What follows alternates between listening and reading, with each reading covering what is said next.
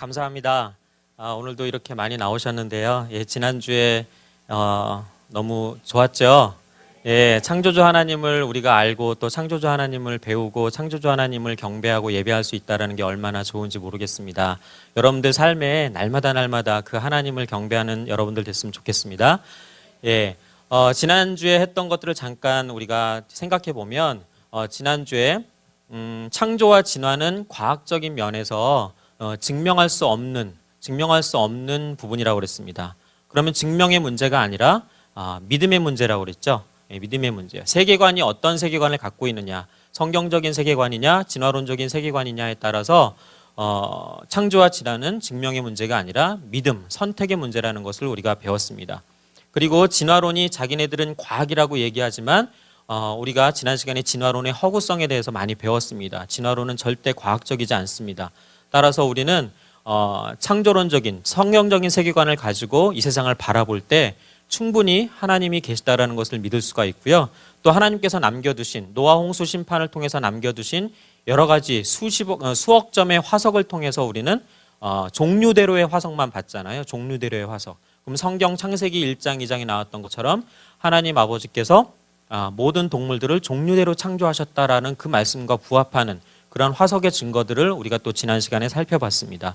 따라서 화석의 증거들을 봐도 창조가 맞고 그다음에 진화론이 얼마나 많은 거짓말을 했는지 우리가 지난번에 봤던 것들을 봤을 때 정말 우리가 창조가 맞고 하나님이 창조시다라는 것을 우리가 배웠습니다. 그리고 우리의 존재가 창조주 하나님께서 하나님의 형상을 따라서 우리를 창조하셨고 우리에게 이 모든 피조물의 세계를 다스리라는 권세를 주셨던 그 정말 하나님의 자녀된 정말 특별한 존재로 우리를 창조하셨다는 것을 지난 시간에 배웠어요. 그런데 우리가 죄를 지어서 타락했고 그러나 우리를 여전히 사랑하시는 하나님이 예수 그리스도를 우리에게 보내주셨다. 그래서 우리가 그 예수 그리스도로 인해서 다시 회복되어지고 다시 이 세상에서 하나님의 자녀로 살아갈 수 있는 그런 지금 특권을 우리가 누리고 있는 거죠. 우리가 지난 시간에 그 모든 것들을 다 배웠습니다. 그러면 우리가 창조와 진화의 어떤 기본적인 것은 이제 다 배웠다고 생각하고 오늘 이 시간에는 성경과 과학하면 서로 모순되는 것이라고 많은 사람들이 생각을 합니다. 이 성경과 과학에 대해서 우리가 한번 살펴보면서 이 성경 속에 얼마나 많은 하나님의 창조의 섭리들이 들어있는지를 우리가 배워보도록 하려고 합니다. 첫 번째로는 우주에 나타난 놀라운 창조의 질서를 보면서 하나님이 정말 이 세상을 창조하셨구나. 두 번째로는 성경에 나타난 놀라운 과학 이야기. 이것은 성경 속에 여러 가지 토막토막된 어떤 그런 말씀들이 있는데 그 말씀들을 가지고 여러 과학자들이 영감을 얻어서 놀라운 과학 법칙들을 발견해냈어요.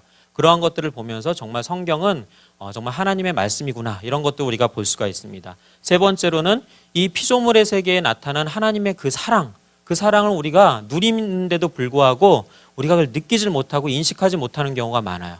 그런 걸 우리가 배우면서 정말 우리가 보호받고 있구나, 하나님의 특별한 보호하심 속에 우리가 살고 있구나 라는 것들을 우리가 이 시간 배우는 그런 시간이 됐으면 좋겠습니다. 먼저 하나님께서는 우리에게 두 가지 계시를 주셨는데 먼저 하나님의 말씀을 우리에게 주셨어요. 같이 한번 읽어보겠습니다. 시작. 모든 성경은 하나님의 감동으로 된 것으로 교훈과 책망과 바르게 함과 의로 교육하기에 유익하니. 성경 말씀은 정말 하나님의 말씀이에요. 성경 말씀을 통해서 우리는 모든 것을 알 수 있고 그 속에 지혜가 있고 우리가 앞으로 어떻게 살아야 될지, 우리가 어디서로부터 왔고 어떻게 살고 어디로 가는지에 대한 모든 해답이 다 성경 말씀이 있습니다. 그런데 그걸 모르는 많은 사람들이 답을 구하려고 여러 가지 철학자들, 여러 가지 종교, 사상 이런 것들을 통해서 많이 구하죠. 그러나 해답은 구하지 못합니다. 그 해답은 온전히 성경 말씀 속에 있다는 것을 말씀하고 있는 거죠. 두 번째 같이 읽어보겠습니다. 시작. 창세로부터 그의 보이지 아니하는 것들 곧 그의 영원하신 능력과 신성이 그 만드신 만물에 분명히 보여 알게 되나니 그러므로 저희가 핑계치 못할지니라. 로마서 1장 20절 말씀인데요. 어떻게 보면 무서운 말씀인 것 같아요. 왜냐하면 하나님께서 이 세상을 창조하셨는데 인간이 창조도 그렇죠. 예를 들어서 모차르트의 음악을 보면 모차르트의 어떤 특성이 나타나죠. 베토벤의 음악을 보면 베토벤의 특성이 나타나지 않습니까? 그런 것처럼 이 세상을 하나님께서 창조하셨다고 그러면 이 세상을 바라볼 때 하나님의 특성이 나타난다라는 거죠. 그 속에 그의 영원하신 능력과 신성이 그 만드신 만물에 분명히 보여서 우리가 충분히 알 수 있다라는 거예요. 그래서 뭐 한다고요? 핑계치 못할 거라고 분명히 말씀하고 있습니다. 나중에 죽어서 하나님 앞에 가는데 너 왜 나 안 믿었니? 핑계할 수 없다라는 거예요. 몰라서 못 믿었습니다. 말이 안 된다는 거예요. 왜? 너는 내가 만든 이 세상에서 살지 않았느냐? 그런데 어떻게 나를 모를 수가 있느냐? 창조자인 나를 모를 수가 있느냐? 그런 말씀인 거죠. 그러니까 여러분들이 이 세상에 살면서 하나님을 모른다는 건 말이 안 된다는 거예요. 그래서 모든 사람이 죄인이라는 거예요. 그동안 하나님을 몰랐던 모든 사람이 죄인인 거예요. 말이 안 되기 때문에. 너무 모르니까 답답하셔서 예수님이 오신 거예요. 직접 오신 거예요. 그래서 우리가 이러한 것들을 보면서 한번 하나씩 살펴보겠습니다. 태양계가 운동합니다. 태양은 가만히 있고 뭐 행성만 운동하는 것이 아니라 태양계 자체가 운동을 하는데 한번 동영상을 잠깐 보도록 하겠습니다.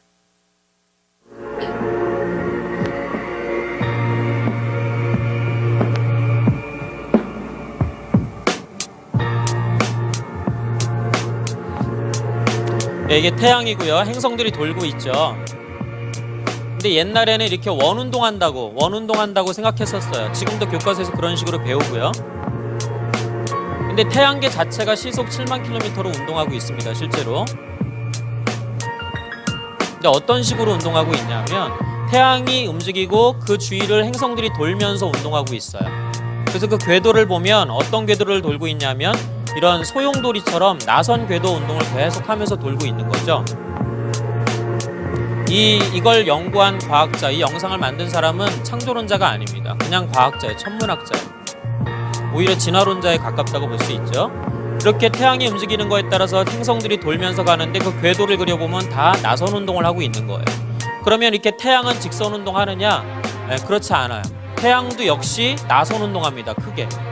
그러면서 이 운동 자체가 나선 운동을 하면서 가고 있는 그러한 운동을 하고 있습니다. 이게 왜 중요하냐고. 왜 중요하냐? 이 과학자가 물어보고 있는 거예요.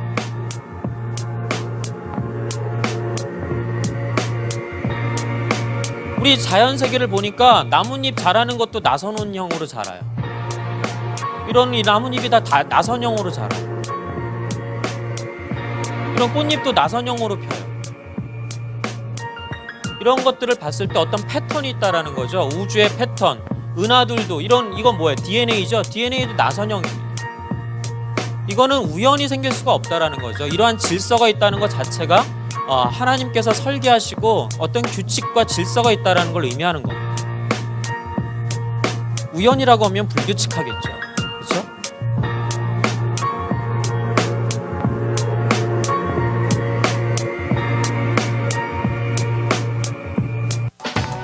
그래서 태양 자체도 이렇게 나선 운동을 크게 하면서 가고 있는 겁니다.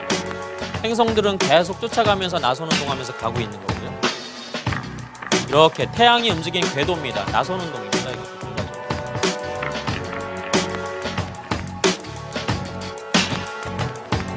네, 이런 식으로 어떤 자연계, 하나님께서 세상을 지으신 이 모든 세계는 어떤 규칙과 질서가 있다는 걸 의미하고요. 어떤 패턴이 있다는 걸 의미합니다.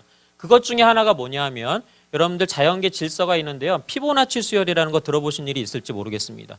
1200년대, AD 1200년대 그 수학자가 발견한 수열이에요. 수열. 지금 여기 밑에 있는 숫자를 보시면 어떤 규칙성이 있습니다. 어떤 규칙이 있을까요? 딱 보시면 앞에 두 숫자를 더하면 2가 돼요. 그 다음에 또 앞에 두 숫자 1과 2를 더하면 3이 돼요. 그 다음에 앞에 두 숫자 2와 3을 더하면 5가 돼요. 3과 5를 더하면 8이 돼요. 그러니까 앞에 두 숫자를 더하면 그 다음 숫자가 나오죠. 이러한 규칙성을 가진 수열을 이 사람이 발견을 했는데 이 사람의 이름을 따서 피보나치 수열이라고 합니다. 그럼 이게 왜 중요하냐면요. 지금 여기 잘 보세요. 여기 숫자가 11, 2, 3, 5, 8 이런 식으로 나가잖아요. 근데 자연계에 존재하는 어떤 꽃잎의 숫자가 피보나치 수열로 되어 있다는 거예요. 한 장, 두 장, 세 장, 다섯 장, 뭐 13장 이런 식으로 나간다라는 거죠. 피보나치 수열로. 그러니까 어떤 질서가 있다라는 걸 볼 수가 있어요. 이것도 루드베키아라는 어떤 꽃인데요. 이 어떤 여기 아름다움이 있죠. 뭔가 이게 불규칙한 것 같습니까? 질서가 있는 것 같습니까? 여기 가운데를 보시면 어떤 패턴이 보이십니까? 질서가 보이죠? 보시면 어떤 식으로 되어 있냐면 하나, 둘, 셋, 넷 계속 이 패턴을 한번 조사해 보면 13개예요. 13개. 피보나치 수열의 숫자입니다. 또 반대쪽으로도 우리가 알 수가 있어요. 반대쪽으로도 보시면 이런 식으로 계속 반대쪽으로도 이렇게 금을 그어봐도 21개예요. 이것도 피보나치 숫자입니다. 이러한 수열로 돼 있기 때문에 우리가 딱 봤을 때 아름답다라는 말이 나와요. 여러분들 아름답다는 말은 불규칙하고 무질서할 때는 아름답다는 말이 안 나옵니다. 여러분들도 이 의자에 줄 맞춰서 앉아 있으니까 이렇게 아름다운 모습으로 이렇게 앉아 계신 거죠. 막 뒤죽박죽 막 무질서하게 막 돌아다니고 이러면 여기서 아름답게 느껴지겠습니까? 아닌 거예요. 질서가 있을 때 아름답다고 느껴지는 겁니다. 이 자연계는 그러한 피보나치 수열로 이렇게 식물이 자랄 때도 피보나치 수열로 이렇게 자라더라라는 거예요. 이런 모든 것들을 봤을 때. 그러한 것들을 봤을 때 우리가 자연을 보면서 아름답다라는 걸 느낀다라는 거죠. 여러분들 아름답다라는 걸 배워서 합니까? 볼 때 그냥 압니까? 그냥 아는 거예요. 왜? 질서 있으니까. 그것은 그냥 우연히 생긴 것이 아니라 하나님께서 질서를 만들어 놓으셨기 때문에 가능한 거예요. 질서라는 건 우연히 생길 수가 없습니다. 황금 비율이라는 것도 들어보셨죠? 황금 비율. 예, 보시면 피보나치 수열에 연속되는 두 수를 서로 나누면요. 약 1대 1.618대 또는 0.618대 1의 어떤 비가 나와요. 연속되는 숫자를 서로 나누면.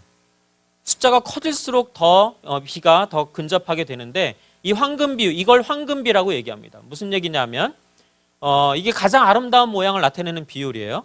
예를 들어서 김태희라고 하는 탤런트가 아름답죠? 근데 키가 작아요? 근데 아름다워요? 왜 그럴까요? 황금 비율로 딱 나눠져 있기 때문에 우리가 아름답다고 느끼는 거예요. 그렇다면 어떤 식이냐면 예를 들어서 이 화초가 무질서하게 자란 것 같아요. 그런데 보니까 여기 긴 잎과 짧은 잎의 비를 보니까 1대 1.618 황금 비율이에요. 그냥 자라는 화초임에도 불구하고 그러한 황금 비율로 저런 것들이 자란다라는 거예요. 그러니까 우리가 화초를 보더라도 무질서하게 보이지 않고 그냥 아름답다, 안정감을 얻는 거. 화초를 보면서 안정감을 느끼잖아요, 우리가. 그렇죠? 질서가 있기 때문에 가능한 겁니다. 우리가 뭐 이런 것들을 봐도 뭐 상체와 하체가 황금 비율로 됐을 때 우리가 딱 봤을 때 균형 잡혔다 이런 식으로 얘기하는 거고요. 앞니빨도 마찬가지예요. 치약 선전할 때 많이 나오는 이빨이죠. 네, 앞니빨도 보시면 여기 세로 대 가로가 1대 1.618 황금 비율이에요. 그런 사람만 뽑아서 모델로 쓰는 거죠. 왜? 가장 이쁜 이빨로 보이니까. 이런 식으로. 얼굴도 마찬가지입니다. 이런 것들 비율이 다 황금 비율로 돼 있을 때 우리가 가장 아름다운 그런 것으로 느낀다라는 거죠. 이게 자연의 질서예요. 근데 이 질서는 누가 부여했겠습니까? 우연히 생긴다는 게 아니죠. 하나님께서 부여해 주신다라는 거죠. 그래서 자연에 존재하는 피보나치 수열 구조와 황금 비율은 창조주의 설계의 결과라고 우리가 볼 수밖에 없고요. 갈릴레오가 이런 말을 했죠. 자연은 신이 쓴 수학책이다. 그만큼 그렇게 질서가 있다라는 거예요. 여러분들 수학의 규칙이나 어떤 공식이 우연히 나옵니까? 우연히 나오는 법은 없죠. 네, 그러한 것이라고 지금 갈릴레이는 얘기하고 있습니다. 성경 말씀에도 말씀하고 있습니다. 내가 너희에게 말하노니 솔로몬의 모든 영광으로도 입은 것이 이 꽃 하나만 같지 못하였느니라. 꽃이 아름답잖아요. 인간이 만든 그 어떤 것보다도 아름다워요. 왜? 거기는 하나님의 창조의 설계, 질서가 있기 때문에 그런 것이죠. 그 다음에 두 번째 주제로 넘어갈게요. 성경에 나타난 놀라운 과학 이야기. 어떤 게 있을까요? 지금 지구에 대한 이야기를 볼 때 바벨론, 이집트인, 불교, 고대 인도인, 힌두교, 유명한 문화, 고대 문화들이죠. 또 종교고요. 그 종교와 고대 문화 속에서 얘기하는 지구에 대해서 한번 빠른 눈으로 한번 읽어보십시오. 글씨가 잘 작아서 뭐 읽을 수 있을지 모르겠지만 우리가 지금 알고 있는 지구의 모습과는 전혀 다르게 표현해 놓고 있습니다. 예를 들어서 하나만 읽어볼까요? 뭐 바벨론인 지구가 바닷물로 둘러싸인 공간 속에 들어있으며 아치형의 하늘을 전체가 운행한다. 뭐 이집트인 캡신이 누워있는 것이 땅이며 하늘은 대기의 신이 엎드려서 떠받들고 있는 것이고 태양신이 매일 이 하늘을 2배 타고 건너 죽음의 암흑세계로 향해한다. 우리가 지금 알고 있는 어떤 지구의 모습과는 전혀 다른 식으로 묘사를 하고 있습니다. 고대 문명이라고 하는 그러한 문명이나 종교에서. 그런데 우리가 현재 알고 있는 지구의 모습은 어때요? 지구는 공중에 떠 있죠. 우주공간에 떠 있고 자전과 공전을 합니다. 그리고 지구는 둥글어요. 옛날에는 지구가 평평하다고 생각해서 멀리 항해하면 낭떠러지에 떨어진다고 생각했습니다. 그런데 불과 몇백 년 전에 언제요? 코페르니쿠스가 1540년에 지동설과 둥근 지구를 주장하게 되죠. 갈릴레오도 그 이후에 계속 주장하고 있고요. 불과 500년 남짓 전에 지구가 둥글다라는 걸 주장하기 시작했다라는 거예요. 그전에는 지구가 둥근 것도 몰랐어요. 그렇죠? 그런데 성경을 한번 보시죠. 그는 북편 하늘을 허공에 펴시며 땅을 공간에 다시며 이런 말이 계속 나오죠. 그 다음에 너희가 알지 못하였느냐? 땅의 기초가 창조될 때부터 그는 땅 위 궁창에 앉으시나니 그가 하늘을 차일같이 퍼셨으며 거할 천막같이 베푸셨다. 그런데 이 빨간색 글씨를 영어 성경에 보니까 above the circle of the earth예요. 서클이라는 모양이 어떤 모양을 의미하는 거예요? 둥근 모양을 얘기하고 있는 거죠. 원어에 가면 원어, 히브리어나 이런 쪽으로 갈수록 오히려 훨씬 더 그 확실하게 둥근 모양의 지구를 얘기하고 있단 말이에요. 지금 이게 이사야서나 욥기서잖아요. 수천 년 전에 쓰여진 성경이라는 그 성경 속에 지구가 둥글다라는 것을, 그 공중에 허공 속에 매달려 있다라는 것을 얘기하고 있다라는 거죠. 지금의 우리의 지구의 어떤 모양과 가장 근접하게 얘기하고 있는 모습이에요. 여러분들이 또 그러나 착각하지 말아야 될 것은 뭐냐면 성경책은 과학책이 아닙니다. 그러니까 과학책처럼 설명했을 거라고 생각하시면 안 돼요. 그냥 성경은 과학책이 아니기 때문에 성경 속에서 우리가 어떤 그런 모티브를 얻고 영감을 얻고 이거는 정말 그냥 일반적인 언어로 봤을 때도 정말 그 과학으로 설명할 수 있는 어떤 그런 부분이 있구나 이 정도로 생각해야지 이거 과학책이 아닌데 과학책처럼 설명 안 돼 있다고 막 믿을 만한 게 못 된다 이런 식으로 생각하면 안 되는 겁니다. 묘성과 삼성이란 말 욥기서에 나오는 건데요. 욥기서에 네가 묘성을 메어 떨기되게 하겠느냐 삼성의 띠를 풀겠느냐 이게 옛날에는 무슨 말씀인지 몰랐어요. 천문학이 발달하기 전까지는. 최근에 천문학이 발달해서 천체망원경이 정말 좋은 게 발견되고 나서 이게 이제 알려진 건데 뭐냐면 처녀 자리에 있는 묘성, 묘성이라는 게 실제로 있는 거예요. 처녀 자리에 있는 묘성은 육안으로는 7개의 별로 보여요. 그러나 실제로는 200개 이상의 별들의 떨기성단, 개방성단. 그러니까 우리가 육안으로는 7개의 별밖에 안 보이지만 천체망원경으로 진짜 좋은 걸로 딱 봤을 때는 200개 이상의 그런 집단으로 되어 있는 떨기성단이라는 거죠. 근데 성경 말씀에 뭐라고 얘기하고 있어요? 네가 묘성을 메어 떨기되게 하겠느냐? 하나님께서 욥한테 그렇게 물어보고 있는 거예요. 그러니까 묘성이 떨기성단이라는 걸 하나님은 알고 계신 거고 욥한테 네가 묘성을 메어 떨기되게 하겠느냐? 이런 식으로 반문하고 있는 거죠. 그러니까 인간이 유한하다는 것을 계속 강조하고 있는 거죠. 욥한테. 그 다음에 삼성의 띠를 풀겠느냐. 오리온 자리에 있는 삼성은요 서로 가까이 있는 듯이 보이지만 실제로는 굉장히 멀리 떨어져 있는 별들입니다. 그러니까 삼성은 서로 묶여 있지 않고 엄청나게 떨어져 있는 풀려 있는 상태라는 거죠. 이것을 욥한테 지금 반문하고 있는 거예요. 하나님은 다 아시고 욥한테. 그러니까 욥이 교만하지 않도록 욥한테 너 내 창조될 때 어디 있었느냐 뭐 이런 식으로 얘기하면서 욥한테 계속 지금 질문하고 있는 거예요. 욥한테 창조과 강의를 하고 있는 거죠. 욥기서를 보면 실제로. 후반부에 가면 욥한테 계속 창조가 강의하십니다. 연력학 제2법칙 한번 보실까요? 엔트로피 증가의 법칙인데 이 법칙은 뭐냐면 이 우주의 무질서도가 점점 증가한다는 뜻이에요. 무질서도가 점점 증가하다 보면 뭐가 오겠습니까? 종말이 오는 거죠. 그렇죠? 이게 물리학의 법칙이에요. 그러니까 이 물리학의 법칙이 종말이 있다고 가르쳐요. 근데 성경도 뭐가 있다고 가르칩니까? 종말이 있다고 가르치고 있잖아요. 이 물리학의 법칙이 그걸 가르치고 있습니다. 성경 말씀에도 보면 모든 것은 멸망할 것이나 오직 주는 영존할 것이다. 변하지 않는 것은 주님밖에 없어요. 다 옷과 같이 낡아질 것이라고 얘기하고 있습니다. 점점 무질서해진다고 얘기하고 있습니다. 쓸모 있는 에너지에서 쓸모 없는 에너지로 계속 변하고 있는 거예요. 여러분들도 학생들을 가르쳐보면 알겠지만 학생들이 선생님이 계실 때는 어때요? 질서 있게 잘 있어요. 뭐 계신다고 다 질서 있는 건 아니지만 요즘은 어쨌든 웬만큼 질서 있게 잘 있어요. 근데 선생님이 자리만 비우면 1분도 안 돼서 어떻게 될까요? 무질서해지죠. 애들이 나빠서 그런 게 아니에요. 연력학 제2법칙 때문에. 왜냐하면 이 세상 자체가 질서 있는 곳에서 무질서한 쪽으로 가고 있다니까요. 이 우주도 그렇게 되고 있다니까요. 그런데 이거를 질서 있게 잡으려면 뭐가 필요해요? 에너지가 투입돼야 돼요. 그래서 선생님이 오셔서 막 소리 지르고 막 줄 맞춰라 이렇게 에너지가 투입돼야 질서가 잡혀요. 무슨 얘기인지 아시겠죠? 그러나 이 에너지가 투입되지 않는 한도에서는 이 우주는 계속해서 무질서한 쪽으로 가고 있다는 것이 연력학 제2법칙이에요. 공기에 무게가 있다는 거 아세요? 여러분들 공기 숨 쉬고 계시는데 공기에 무게가 있나요? 공기에 무게가 있습니까? 무게 있습니다. 그걸 최초로 발견한 사람이 토리첼리라는 이탈리아의 과학자예요. 1640년에 지금으로부터 한 400년 전이네요. 그죠? 이탈리아 과학자 토리첼리가 공기에 무게가 있다는 것을 발견하고 그게 이제 기압입니다. 대기압이에요. 여러분도 아실지 모르겠지만 제가 이렇게 서 있잖아요. 그러니까 제가 있는 면적만큼 지금 대기권에서 공기가 저를 누르고 있어요. 그렇지 않습니까? 눈에 보이진 않지만 그게 어느 정도 무게가 되시는지 아세요? 마티즈 한 대 정도 이고 있는 그 정도 무게입니다.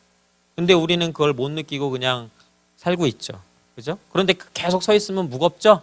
그래서 앉고 싶고 그리고 또 눕고 싶고 무거운 거예요. 그게 마티즈 한 대 정도 이고 사는 거예요. 우리가 실제로 그 공기에 무게가 있다는 것을 지금 발견한 게 지금 400년 전이에요. 그런데 성경 말씀 보십시오. 바람의 경중을 정하셨다라고 되어 있습니다. 바람이라는 건 공기의 흐름이에요. 그 공기의 흐름, 즉 공기의 가볍고 무거움을 정하셨다고 얘기하고 있어요. 그건 고기압, 저기압 이런 것들을 얘기하고 있는 거죠. 실제로. 이런 것들이 성경 속에 욥기서입니다. 욥기서는 성경학자들이 4,000년 전에 쓰여진 성경이라고 얘기합니다. 그 4,000년 전에 이러한 내용들이 들어가 있다라는 거예요. 해로의 발견, 바다에 길이 있대요. 바다에 길이 있습니까? 바다에 길이 있어요. 지금 학생들이 교과서에서 배우는 해류, 그게 바다의 길이에요. 해류를 따라가면 항해가 어때요? 훨씬 더 빠르죠. 그죠? 해류를 바다의 흐름을 따라가니까 훨씬 더 빠릅니다. 그 해로가 있다라는 것을 발견했는데 누구냐 하면 미국 해양학의 아버지인 매튜 마우리라는 박사예요. 이 사람은 탐험가이면서 해양학자입니다. 그래서 온갖 바다를 이 사람은 배를 타고 다 항해해봤던 사람이에요. 근데 이 사람이 하루는 병에 걸려서 입원을 했어요. 입원을 해서 이제 누워 있으려니까 탐험가가 얼마나 답답하겠어요. 그래서 자기 아들한테 성경책을 좀 읽어달라고 했대요. 그래가지고 성경책을 아들이 이제 읽는데 이렇게 듣고 있는 중에 시편과 전도서 말씀을 이제 아들이 읽었는데 그 읽는 중에 단어가 하나 딱 귀에 들리는데 해로라는 단어가 딱 들리는 거예요. 근데 이 사람이 생각하기를 내가 해양 탐험을 엄청나게 많이 하고 바다를 돌아다녀 봤지만 바다에 길이 있다는 말은 들어보지도 못했고 보지도 못했다. 근데 성경 말씀에 해로라는 단어가 나온단 말이에요. 그럼 이 사람은 어떻게 생각하겠어요? 보통 사람 같으면 아유 성경이 틀렸나 보다 이렇게 생각할 텐데 이 사람은 어떻게 생각한 거예요? 내가 성경을 믿는 사람이니까 내가 성경 말씀대로 한번 병에서 나오면 찾아봐야지 이렇게 생각한 거예요. 그래서 이 사람은 실제로 병에서 나은 다음에 배를 타고 실제로 탐험을 해봅니다. 탐험을 해서 실제로 발견하죠. 그래서 이 사람의 그 묘지 비문에는 이렇게 적혀 있습니다. 해로의 발견자인 그는 대양과 바다로부터 처음으로 그 법칙을 찾아낸 천재였다. 오가며 바다를 항해하는 모든 세대의 항해자들은 해도를 볼 때마다 당신을 하리라. 특히 성경의 시편 8편 8절과 107편 23, 24절, 전도서 1장 7절이 그에게 영감을 주었음을 밝힌다. 이 사람은 죽어서도 누구의 영광을 나타내고 있습니까? 하나님의 영광을 나타내고 있는 거예요. 성경을 보고서 분명히 자기가 해로를 발견했다고 묘비에 써 있습니다. 그럼 어떤 시기였냐면 한번 보도록 하죠. 시편 8편 8절. 공중의 새와 바다의 어족과 해로에 다니는 것이니이다. 바다에 길이 있다는 단어가 그대로 나와요. 근데 이 사람은 이 단어를 놓치지 않고 직접 탐험을 해서 찾아냈다라는 거죠. 그래서 이 사람이 찾아낸 해류가 뭐냐면 이 부분이에요. 이 사람은 그 당시에 미국과 유럽이 왔다 갔다 했겠죠. 대서양의 해로를 이 사람이 찾아냈고 그 후배 과학자들이 다 이제 이 세계 전체 해로를 다 찾아낸 거예요. 그래서 이제 아이들이 시험 볼 내용이 많아졌죠. 이게 많아졌습니다. 지금 안타깝게도. 전도서 보십시오. 모든 강물은 다 바다로 흐르되 바다를 채우지 못하며 어느 곳으로 흐르든지 그리로 연하여 흐르느니라 하면서 항상 일정하게 같은 길로 흐른다는 걸 얘기하고 있어요. 그걸 보면서 이 사람이 바닷물이 길이 있나 보다. 바닷물이 항상 일정하게 흐르는 길이 있나 보다. 라는 걸 이제 발견하고서 실제로 그쪽으로 항해를 하면 훨씬 더 빠르게 미국과 유럽을 왔다 갔다 할 수 있는 길을 열어놓은 거죠. 대기가 순환한다는 것도 최근에 알아낸 사실인데 성경에 써 있단 말이죠. 여러분들 편서풍, 극동풍, 무역풍 이런 거 다 배우셨죠? 대기가 이렇게 순환한다는 거 아시죠? 뜨거운 공기는 올라가고 찬 공기는 내려오고 그렇죠? 그래야지 지구가 이 대기의 순환이 있어야지 지구가 열적인 평형을 이루어요. 적도지방은 뜨거운데 그 뜨거운 공기가 극지방으로 가고 그래서 열 에너지를 이동시켜주죠. 그리고 차가운 극지방의 공기가 적도지방으로 내려와서 섞이는 거예요. 그래서 지구가 전체적으로 연평균 기온이 일정하게 유지가 되는 어떤 그러한 시스템을 갖추고 있습니다. 근데 인간이 그런 걸 해야 안 해요? 안 하죠. 그냥 저절로 저렇게 되는 거 아닙니까? 저절로 된다는 게 신기한 거죠. 그런데 성경 말씀을 보니까 바람은 남으로 불다가 북으로 돌이키며 이리 돌며 저리 돌아 불던 곳으로 돌아가고 완전 대기의 순환 아닙니까? 예, 과학책은 아니지만 이것만 봐도 정말 대기의 순환이 보이지 않습니까? 예, 성경은 이런 식으로 기록되어 있다는 거죠. 바다 밑에 샘이 있대요. 바닷물이 짠물인데 바다 밑에서 짠물이 아닌 샘이 터진다는 거예요. 1960년대에 음향 탐지 장비로 알아냈고 70년대에는 잠수함으로 촬영까지 해서 성공을 했어요. 그런데 4,000년 전에 쓰여진 욥기서에 하나님이 욥한테 얘기합니다. 네가 바다에 샘에 들어갔었느냐? 이렇게 물어봐요. 못 들어가 봤겠죠, 욥은. 근데 하나님은 아시는 거 아니에요, 그죠? 욥한테 이렇게 물어보는 거예요. 네가 바다의 샘에 들어가 봤냐? 까불지 마라, 이런 식인 거죠. 이렇게 말씀하시는 거예요. 샘이라는 단어가 성경에 나온다니까요. 근데 인간은 70년대야 비로소 촬영에 성공하는 그런 식이에요. 그러니까 4,000년 전에 쓰여진 성경이 훨씬 더 앞서 있다는 걸 알 수가 있죠. 과학보다 성경이 훨씬 더 앞서 있다는 것을 이런 데서 알 수가 있는 거예요. 그다음에 시체 만진 자의 정결의식, 이게 뭘까요? 근대 외과수술 소독법의 아버지 짐벨 바이스라는 의사가 있습니다.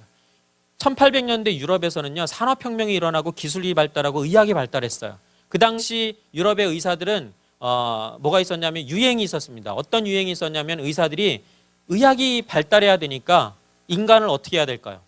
더 잘 알아야 되겠죠. 그러다 보니까 자기 병원 한쪽 방에다가 죽은 사람을 딱 갖다 놓고 해부를 하는 유행이 있었어요. 의사들마다. 그게 막 유행처럼 그래야지 더 많이 아니까. 근데 이제 해부하다가 아기 낳으러 오는 임산부가 있으면 아기 받는 거예요. 해부하다가 또 아기 받고. 근데 여러분들 사람이 죽으면 그 순간부터 사람은 뭐 하기 시작합니까? 부패하기 시작하니까 온갖 병균이 생기겠죠. 근데 그 손으로 아기를 받으니까 감염이 되고 그러면서 많은 사람들이 죽었어요. 그 당시에. 그런데 이 의사가 간단하게 손을 깨끗이 씻는 것으로 이 모든 문제를 해결했습니다. 해결했어요. 그래서 정말 요즘 의학 드라마 보면 항상 수술할 때 어떻게 합니까? 탁 하고 막 하고 막 이렇게 씌워주고 하잖아요. 그죠? 그렇게 열심히 손을 닦아요. 이 이후로 그렇게 된 거죠. 예, 이런 식으로 해결했습니다. 그런데 성경에 보십시오. 사람의 시체를 만진 자는 7일을 부정하리니 그는 제3일과 제7일에 이 잿물로 스스로 정결케 할 것이니라. 잿물. 여러분들 우리 조상들이 빨래할 때 비누 대신 사용했던 게 뭔지 아시죠? 예, 잿물이에요, 잿물. 이 잿물로 스스로 정결케 할 것이니라. 이게 지금 민수기 말씀으로 어떤 율법에 관계되고 영적인 부분도 있어요. 시체 만진 자는 부정하니까 진 밖에 나가서 7일 동안 있으면서 거룩함을 회복하고 다시 들어오라는 그런 의미도 있고, 실제로 육체적으로도 시체를 만졌으니까 부정하잖아요. 더럽잖아요. 그러니까 7일 동안 있으면서 2번이나 잿물로 씻고 소독하고 들어오라는 의미도 있는 거예요. 그러니까 이러한 것들이 성경에 실제로 다 나온다는 거죠. 성경이 아주 과학적으로 돼 있음을 알 수가 있습니다. 야곱의 양떼와 유전 법칙, 이건 기가 막힙니다. 야곱의 양떼와 유전 법칙 뭘 얘기할까요? 예, 야곱의 흰 양과 얼룩무늬 양들이 있습니다. 염소도 있고요. 야곱과 라반, 누군지 아세요? 야곱은 형 누구죠? 에서를 속이고 장자권을 따내고 뭐 축복을 받고 그래가지고 결국 형한테 죽을까봐 도망치죠. 누구한테 도망칩니까? 삼촌 라반, 외삼촌 라반의 집으로 도망가요. 그래서 외삼촌 라반의 집에서 죽도록 일만 하다가 진짜 막 그렇습니다. 그래서 부인도 2명이나 얻어요. 열심히 7년, 14년. 그 다음에 또 노동했는데 이 외삼촌 라반이 품삯을 안 줘요. 그래가지고 야곱이 열나니까 어떻게 합니까? 이제 나중에 이렇게 이제 삼촌한테 얘기합니다. 오늘 내가 외삼촌의 양떼로 돌아다니며 그 양 중에 아롱진 자와 점 있는 자와 검은 자를 가려내며 염소 중에 점 있는 자와 아롱진 자를 가려내리니 이 같은 것이 나면 나의 삭시 되리이다. 즉 야곱 자기께 되겠다라는 거예요. 후일에 외삼촌께서 오셔서 내 품삯을 조사하실 때 이런 게 아니라 흰 게 있다면 그러면 이제 속인 거라고 인정할 수 이렇게 하는 거예요. 이제 이런 계약을 하자라는 거죠. 그랬더니 라반이 어떻게 합니까? 좋다. 네 말대로 하자. 그래놓고 라반이 얼마나 욕심장인지 한번 보세요.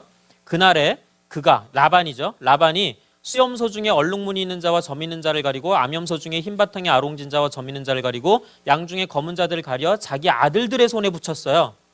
이런 거 얼룩얼룩한 거는 자기 아들 보고 치라고 그러고, 야곱한테는 뭐만 줬습니까? 그 야곱한테는 라반의 남은 양떼 뭐만 남았어요? 하얀 것만 남았어요. 야곱은 하얀 양만 치는 거예요 지금. 그리고 야곱이 치는 흰 양과 자기 아들들이 치는 얼룩무늬 양은 사흘끼리 뜨게 갈라놨어요. 그러면 걔네들이 우연이라도 만나서 교배할 수 있습니까? 없습니까? 없어요. 그러면 야곱은 흰 양만 쳐요. 그럼 거기서 얼룩얼룩한 게 나올 수 있어요? 없어요? 그러니까 라반이 야곱한테 품삯을 주겠다는 얘기야, 안 주겠다는 얘기? 안 주겠다는 얘기죠. 이렇게 라반이 악독했습니다. 야곱은 흰 양만 치면서 어떤 생각을 했을까요?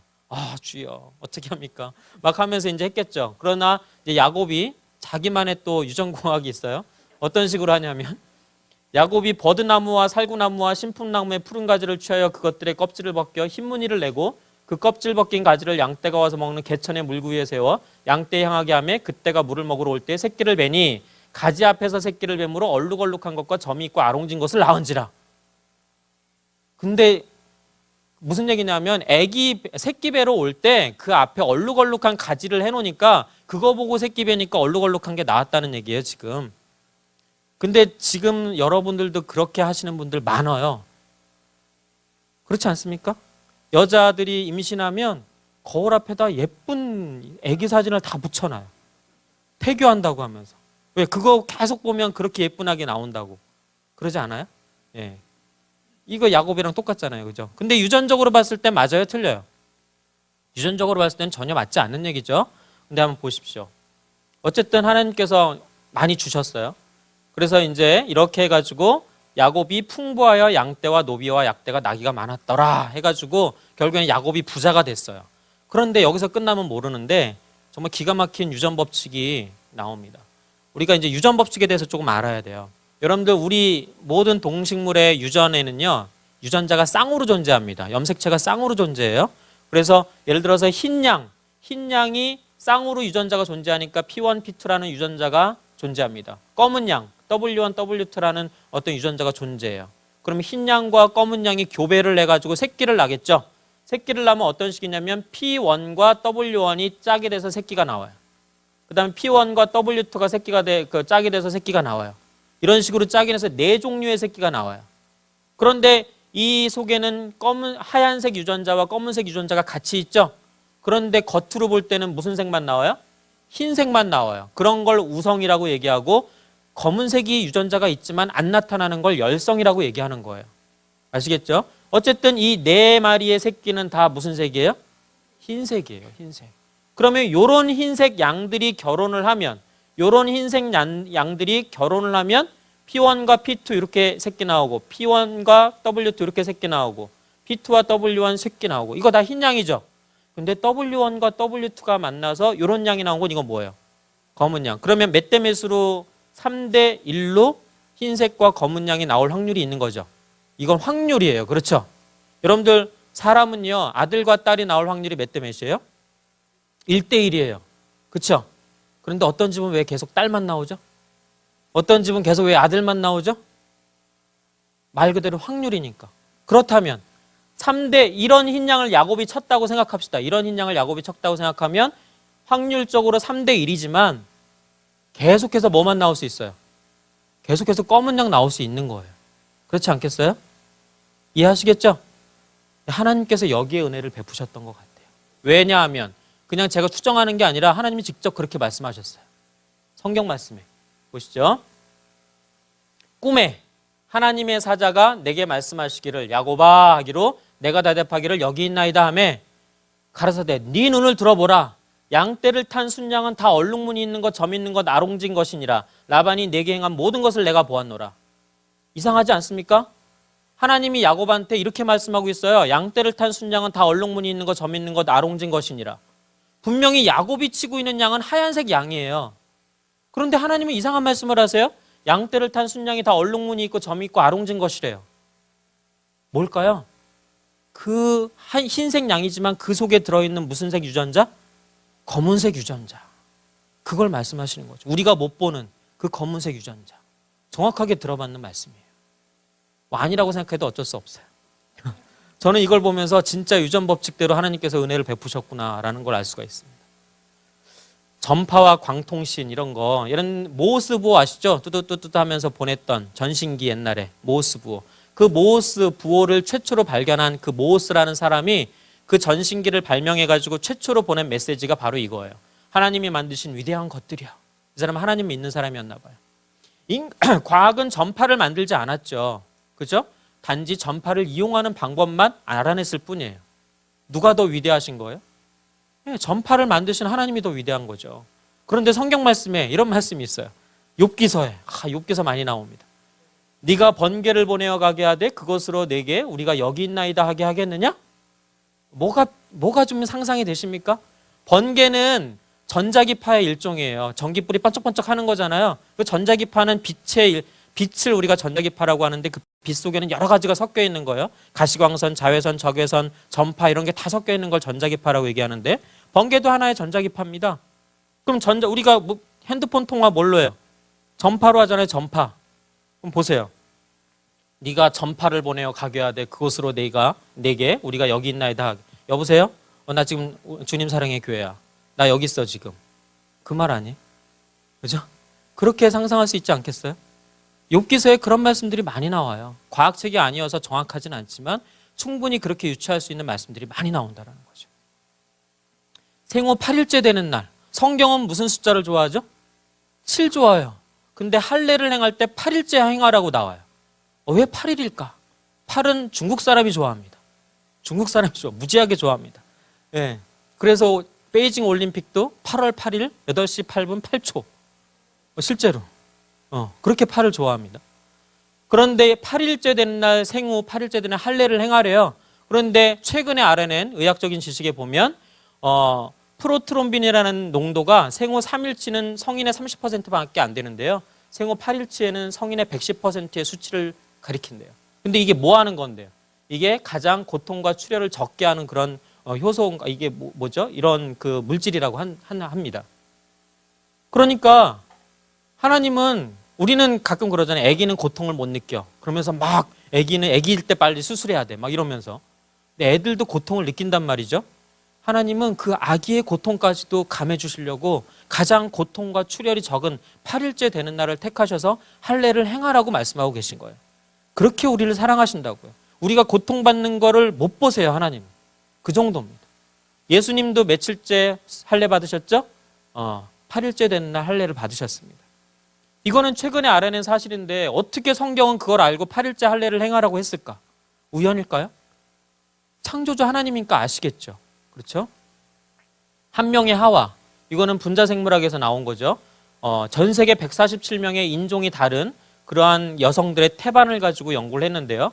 뭐냐면 미토콘드리아가 모계를 통해서만 전달된다는 거에 착안을 해가지고 조사를 한 거예요. 그랬더니 전 세계 인종이 다름에도 불구하고 모든 그 인종을 조사했더니 연구 대상이 모두 14만 년 전에 한 여성의 유전자에서 나왔다는 결론이 나왔어요. 물론 14만 년 전이라는 것은 뭐 진화론적인 연대가 되겠지만은 어쨌든 한 여성의 유전자에서 모든 게 유래했다라는 거. 그럼 뭐가 생각나요? 하와가 생각나죠. 그리고 이거 다음에 연구에서는 또 남자도 마찬가지로 한 남자에서 유래됐다는 연구 결과가 나와요. 누가 생각나십니까? 아담이 생각나시는 거죠. 이렇게 과학이 발달할수록 성경이 맞다라는 것을 계속 증거가 되고 있다는 거예요. 과학이 발달할수록. 쪽발과 색임질, 이건 뭘까요? 소가 나오고 돼지가 나와요. 소는 먹어도 된다고 그랬고 돼지는 먹지 말라고 그랬어요. 그죠? 레위기의 말씀에 보면 그렇게 분류가 되어 있습니다. 무릇 짐승 중에 굽이 갈라져 쪽발도 되고 색임질도 하는 것은 너희가 먹을 것이니라. 그런데 토끼는 색임질 할까요, 안 할까요? 최근까지는 색임질 안 하는 걸로 동물학 책에 분류가 돼 있었습니다. 최근까지도. 그런데 보시면 성경 말씀에는요. 다만 색임질을 하거나 굽이 갈라진 짐승 중에도 너희가 먹지 못할 것은 이것이니 곧 약대와 토끼와, 토끼가 색임질 한다고 나와요, 성경에. 그러면 최근까지 동물학 책에는 색임질 안 하는 걸로 분류되어 있는데 성경은 색임질 하는 걸로 되어 있단 말이에요. 독일의 동물학자 유명한 사람이 있는데요. 그리즈맥 박사라는 사람이에요. 이 사람은 신앙이 아주 좋은 사람이었어요. 유명한 사람이에요. 권위 있는 동물학자였어요. 근데 이 사람이 자기가 전문가인데 토끼는 색임질을 안 해요. 자기가 알기로는. 근데 성경에는 토끼가 색임질 한다고 나와요. 어떡할까요? 요즘 같은 사람들 같으면. 성경이 틀렸겠지. 이렇게 생각하지 않을까요? 그죠? 근데 이 사람은 성경을 믿었어요. 성경이니까 틀림이 없을 거야. 내가 다시 한번 연구해 봐야지. 하고 연구를 했더니 실제로 남들이 다 자는 시간에만 새벽에 몰래 한대요. 색임질을. 실제로. 그래서 이제는 동물학 책에 토끼가 색임질 하는 걸로 분류가 되어 있습니다. 결국 하나님을 믿고 성경을 믿고 연구하면 되는 거예요. 그런데 최근에 많은 사람들은 성경과 과학이 틀리면 뭘 택해요? 과학을 택하죠. 안타까운 현실인 거예요. 성경을 택해야 되는데. 성경에 우리가 다 이해하지 못하는 사실들이 많이 있잖아요. 왜? 과학의 한계가 있으니까. 우리는 끊임없이 과학이 그렇게 우리가 많이 발전한 게 아니에요. 바다 밑도 제대로 모르는데요. 아담에게서 나온 하와, 여러분들 사람의 성염색체, 남자와 여자를 결정하는 성염색체, 남자의 성염색체는 XY예요. 여자의 성염색체는 XX예요. 상식적으로 여자가 XX면 남자는 YY여야 되는 거 아니에요? 그럼 남자가 YY고 여자가 XX면 결혼하면 어떻게 됩니까? 새끼들은 뭐만 나와요? XY만 나와요. 걔네들은 성이 뭘까요? 남자가 YY고 여자가 XX면 새끼들은 XY만 나오는데 제3의 성이죠. 그죠? 근데 그렇게 되지 않고 남자가 XY고 여자가 XX가 됐고 얘네들이 결혼하면 어떻게 돼요? 여기서 X하고 X하고 결합해서 XX. X하고 또 X하고 결합해서 XX. 이건 딸이죠, 딸. 그 다음에 Y하고 X하고 결합해서 XY. 이건 아들이고 Y하고 X하고 결합해서 XY. 그래서 1대1의 비율로 아들과 딸이 나오게 돼 있어요. 여기서 제3의 성이 나오는 수가 없는 거죠. 그런데 성경에 보니까 아담의 갈비뼈로부터 여자가 나왔다고 돼 있어요. 그럼 아담으로부터 여자가 유래한 거죠. 그러면 여기 남자 안에 여자 있어요, 없어요? 있잖아요. X가 있잖아요. 그래서 그 X로 여자를 만들었잖아요. 그죠? 그럼 이 결과만 보더라도 성경이 맞아요, 틀려요? 맞는 거죠. 남자는 흙으로 만들었어요. 여자는 남자의 갈비뼈로 만들었어요. 누가 재료가 좋아요? 여자가 좋지. 그러니까 여자가 우수해요. 오래 살아요. 그죠? 우수하니까 누굴 도와줘야 돼요? 남자를 도와줘야죠. 남자는 부족해요. 남자를 좀 포용하시고 사랑해 주세요. 많이 도와주세요. 이게 성경의 원리인 것 같습니다. 남자는 힘이 세니까 여자를 또 사랑해야 되겠죠? 네. 이는 내 뼈 중에 뼈요 살 중에 살이라. 분명히 여자는 남자로부터 나왔다는 것이 과학적으로도 증명이 되고 성경적으로도 맞다는 얘기입니다. 그러면 피조본에 나타난 하나님의 사랑을 우리가 한번 보도록 하죠. 여기 보시면 창세로부터 그의 보이지 않는 것들 곧 그의 영원하신 능력과 신성이 그 만드신 만물에 분명히 보여 알게 된다고 했는데 어떤 부분을 볼 수 있는지 한번 보도록 할까요? 피조물에 몇 가지만 볼게요. 너무너무 많은데 몇 가지만. 지구 자기장이 태양풍으로부터 지구를 보호합니다. 태양풍으로부터 어마어마한 방사선이 우리 지구에 와요. 근데 지구 자기장은 그걸 막아줍니다. 그리고 또 태양풍이 이 지구한테는 해롭지만 이 태양풍이 또 은하계로부터 오는 나쁜 방사선을 방사선으로부터 태양계를 보호해요. 이 태양풍이 하는 역할은 태양계를 보호해요. 얼마나 지금 지구가 2중 3중으로 보호받고 있는지 아시겠죠? 그 다음에 공기의 성분 비율, 이 대기 중에 공기의 성분 비율이 우리가 산소로 호흡하니까 산소가 많으면 좋을 것 같지만 많아도 안 좋거든요. 딱 21%. 근데 그게 딱 유지가 돼요. 유지가. 누가 유지하는지 모르지만 유지가 돼요. 정말 신기하게도. 그 다음에 물의 순환. 너무너무 신기하죠. 이런 모든 곳에서 곳곳에서 하나님의 사랑을 느낄 수 있다는 거예요. 예를 들어서 지구 자기장이 태양풍으로부터 지구를 보호합니다. 극지방에서 볼 수 있는 오로라. 오로라가 뭔지 한번 보시죠. 대규모의 형형색색 오로라 현상이 카메라에 포착됐습니다. 보기에는 아름답지만 이런 오로라 현상은 태양 폭풍으로 지구 자기장이 교란되고 있다는 신호탄이기 때문에 통신 장애를 가져올 수 있다고 합니다. 김민경 기자가 보도합니다. 캐나다 북부의 한 마을. 해가 지자마자 밤하늘에서 연두빛 빗줄기가 피어오릅니다. 흰색, 노란색, 다양한 빛깔이 더해져 거대한 연기처럼 퍼져나가더니 순식간에 하늘 전체를 뒤덮습니다. 멋있죠? 눈으로 볼 수 있는 우주현상, 오로라입니다. 오로라는 태양의 흑점 폭발로 발생한 고에너지 입자들이 지구 자기장과 부딪힌 뒤 극지역 대기층에 쏟아져 내리면서 빛으로 바뀌는 현상입니다. 강력한 오로라가 나타났다는 것은 그만큼 지구 자기장에 교란이 있다는 것을 뜻하고요. 또한 강력한 태양 폭풍이 있었다는 것을 의미합니다. 네. 그러니까 지구 자기장이 없었다면 저 방사선이 그대로 와가지고 지구를 그냥 불살라 버립니다. 영화의 한 장면 한번 보실까요? 자연재해로 인해서 지구 자기장이 어느 한 곳이 뚫렸어요. 그래가지고 거기로 태양풍이 그대로 그냥 쏟아져 내리는. 그래서 막 물이 끓기 시작하면서 막 물고기가 죽고 막 하는 겁니다. 여기서 막 방사선이 내리치고 있는 거예요. 물이 끓기 시작합니다. 지구 자기장이 없어졌을 때 나타나는 재난 영화예요.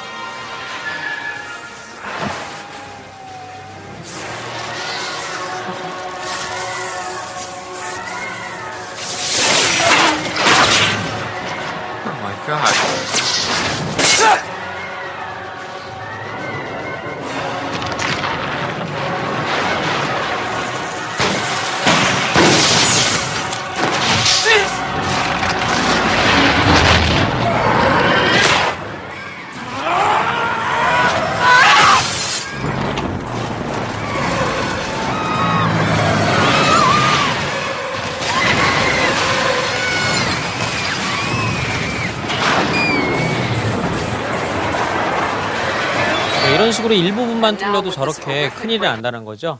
지구 자기장이 그러니까 오로라를 볼 때 우리가 멋있다 이걸로 끝나면 안 되고요. 그 오로라를 볼 때마다 우리는 뭘 느껴야 돼요? 하나님께서 우리를 보호하고 계시다라는 그 사랑을 느껴야 되는 거예요. 그 지구 자기장이 지금 강력한 태양풍으로부터 지구를 보호하고 있구나라는 것을 한쉬도 쉬지 않고 그걸 느껴야 된다라는 거죠. 그걸 모르면 창조주를 모르는 거죠. 그러니까 그러한 것들을 우리가 알아야 돼요. 그게 지혜입니다. 그런데 그 태양풍이 지구에게는 그렇게 해를 끼치지만 이 태양풍이 다른 은하로부터 오는 강력한 또 방사선, 해로운 방사선들로부터 태양계를 보호해요. 그런 역할을 또 합니다. 그러니까 이 지구를 보세요. 아, 태양풍이 태양계를 보호하고 지구자기장이 태양풍으로부터 지구를 보호하고 또 오존층이 자외선을 막아주고 삼중으로 보호받고 있어요. 그리고 인간의 창조적인 능력으로 선블럭을 발라요. 사중으로 보호받아요. 근데 선블럭은 몇 분 못 가요. 근데 나머지 하나님이 만드신 거는 정말 그냥 영원히 가잖아요. 그렇죠? 정말 하나님이 특별하신 분이시죠. 그 다음에 지구에 대기가 있습니다. 이 대기권이 있기 때문에 지구의 연평균 기온이 27도를 유지하는 어떤 보온 효과를 하고 있습니다. 산소 21%, 질소 78% 이게 유지가 되고 있어요. 누가 유지하는지 몰라요? 하나님이시겠죠? 어떤 방법으로? 산소 생산자는 이러한 여러분들 산소 생산자 중에 아마존 밀림이 산소를 제일 많이 생산한다. 맞아요? 그렇게 알고 있죠. 지구의 허파. 근데 지금 아마존 밀림이 지금 다 깔아뭉개지고 있거든요. 그럼 우린 곧 있어서 지구가 멸망하겠네요. 잘못 알고 있는 거죠. 육지에서는 물론 산소를 아마존 밀림에서 많이 생산하겠지만 지구의 대부분의 산소는요. 바다 표면에 서식하는 조그만 조류식물들이 다 생산하고 있어요. 근데 지구 표면의 70%가 뭘로 덮여 있어요? 바다예요. 아마존 밀림 없어져도 지구의 산소 생산량은 괜찮을 거예요. 왜? 하나님이 만드셨으니까. 그리고 산소 소비자는 이런 사람들이 있어요. 동물, 풍화작용, 인간. 산소 소비량이 늘면 인이라는 물질이 만들어지면서 조류식물들이 늘어나요. 그러니까 산소 생산량이 늘어납니다. 소비량이 느니까 산소 생산량이 늘어나요. 근데 조류식물이 과도하게 늘어나가지고 산소 생산량이 많아지면 박테리아가 늘어나가지고 또 조류식물들이 감소해서 산소 생산량이 감소해요. 그러니까 끊임없이 이러한 시스템에 의해서 산소가 21%가 공기 중에 그대로 유지가 하고 있다는 거예요.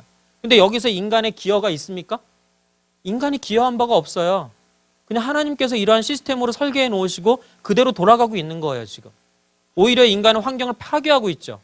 그럼에도 불구하고 지금 오래 참고 계신 거예요. 그죠? 유지가 되고 있는 걸 보면. 지구에 물이 있다. 물은 정말 신비한 물질이에요. 물이 창조됐다는 말은 성경에 나오지 않아요. 단지 창세기 1장 2절에 제일 처음 하나님의 신이 수면에 운행하시더라 하면서 수면이라는 말이 처음 나와요. 물을 창조하셨다는 말은 안 나와요. 그만큼 물이 특별한 물질인 것 같습니다. 근데 물을 보면 어떤 식의 있냐면 보시면 비열이 아주 커요. 비열이 크다는 말은 열을 가했을 때 온도가 잘 안 올라간다는 뜻이에요. 열을 빼앗아도 온도가 잘 안 내려간다는 뜻이에요. 그러니까 온도 변화가 쉽지 않다라는 것을 비열이 크다고 표현합니다. 그런데 지구 표면의 70%가 물이에요. 그러니까 막 햇빛이 쬐도 지구 온도가 잘 올라가요, 안 올라가요? 물이 많으니까 잘 안 올라가요. 그리고 햇빛이 없을 때도 온도가 잘 내려가요, 안 내려가요? 잘 안 내려가죠. 그러니까 지구의 그 기온차가 별로 안 나요. 신기하죠? 그런데 또 한 가지는 인체, 우리 몸의 70%가 약 또 물이에요. 그러니까 우리 몸도 어때요? 체온이 잘 변해요, 안 변해요? 잘 안 변하죠. 이렇게 설계되어 있어요. 그런데도 불구하고 열이 나면 이상한 거죠. 그러니까 병원 가야죠. 이상하니까. 그죠? 원래는 잘 안 변해야 되는데. 이게 물의 특징입니다. 그런데 또 하나는 뭐냐면 0도에서 4도 구간에서 온도가 오를 때 부피가 감소해요. 이건 정말 신기하죠. 왜냐하면 온도가 올라가면 분자 운동이 활발해지면서 부피가 커져요. 모든 물질이 고체, 액체, 기체 상관없이. 그런데 물도 마찬가지입니다. 온도가 올라가면 부피가 커져요. 그런데 0도에서 4도씨 구간에는 온도가 올라갈 때 부피가 감소해요. 이게 무슨 뜻이냐면 이제 중학교에 이제 물리가 나왔습니다. 네, 밀도, 부피분의 질량. 질량은 보존됩니다. 변하지 않습니다. 부피는 온도에 따라 변해요. 그래서 부피가 커지면 밀도가 작아지죠. 가벼워진다는 뜻이에요. 가벼워지면 위에 뜹니다. 근데 부피가 작아지면 밀도가 커져요. 무거워진다는 뜻이에요. 밑에 가라앉아요. 근데 0도씨에서 4도씨 구간에서는 온도가 올라갈수록 부피가 감소해요. 그러면 0도, 1도, 2도, 3도, 4도 중에서는 몇 도씨 물이 가장 부피가 작을까요? 사도씨물이 부피가 제일 작아요. 그럼 밀도가 가장 크겠죠. 그러면 제일 밑바닥에 몇 도씨 물이 있는 거예요? 4도씨 물, 그 다음 3도씨, 그 다음 2도씨, 그 다음 1도씨, 0도씨 물이 제일 위에 있네요.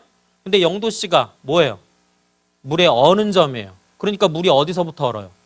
위에서부터 얼어요. 그게 왜 중요합니까? 위에 물이 얼면 일단 차가운 기운을 막아주니까 밑에 물은 안 얼어요. 그럼 물고기가 살아요.